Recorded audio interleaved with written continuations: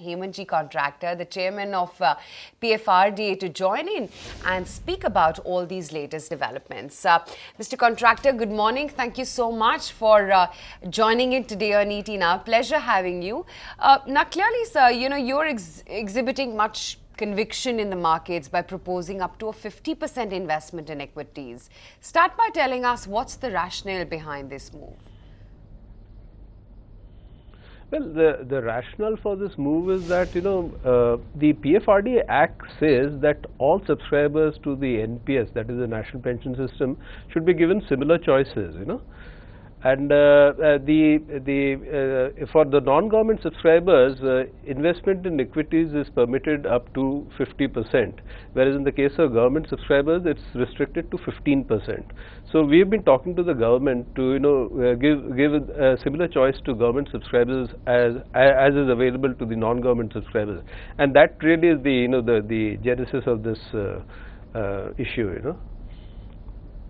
Just to set the record straight here, what is your current exposure to equities directly or indirectly? Well, overall, it's about 13% of the whole corpus. So that's what the entire investment in equity is at the moment. The aggregate picture would change because in last couple of years, your commitment towards equities has gone up significantly higher. Yes. Investment in equities has picked up pace in the last 1 or 2 years, and that's why we do feel that if the government subscribers are given a similar choice as the non-government subscribers, then the amount going into equities would increase much more than what it is right now. And one of the other reasons why we are saying that the government subscribers should also be given a similar choice as the non-government subscribers is the fact that worldwide pensions they are long-term investors, and equity that therefore fits in quite well with the investment pattern of pension funds. So globally also you'll see a lot of money going into equity markets through pension funds, and that's what we are actually seeking to do here as well. So we would like to see more flows going into equities, which are basically long-term investments and well suited for pensions. So correct me if I'm wrong, Mr. Contractor, you currently have a subscriber base of about 1.5 crore subscribers. In the next 1 or 2 years to come, where do you see the subscriber base expanding to? Well, this year we expect to grow by about 22-23% in terms of the subscriber base, and we would expect the story to be repeated next year as well. Similar kind of growth, 22-23% on an expanded base. So that's the kind of growth in the subscriber numbers that we are looking at for the next year. Your expectation of the net collection for FY18, and what do you think the number could look like for FY17?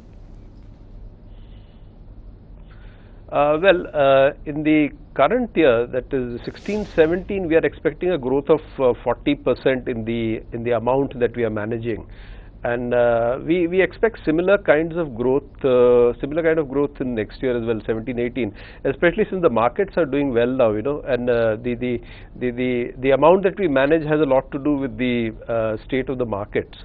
So we would expect a similar kind of growth on an expanded subscriber base and on an expanded investment base to be of the same order as this year. It's about 40% growth next year as well. For our viewers, so with that, we know a sense as to how much of equity money would come from you in next 1 year. Equity? You're talking about equity? Well, if the government agrees to a,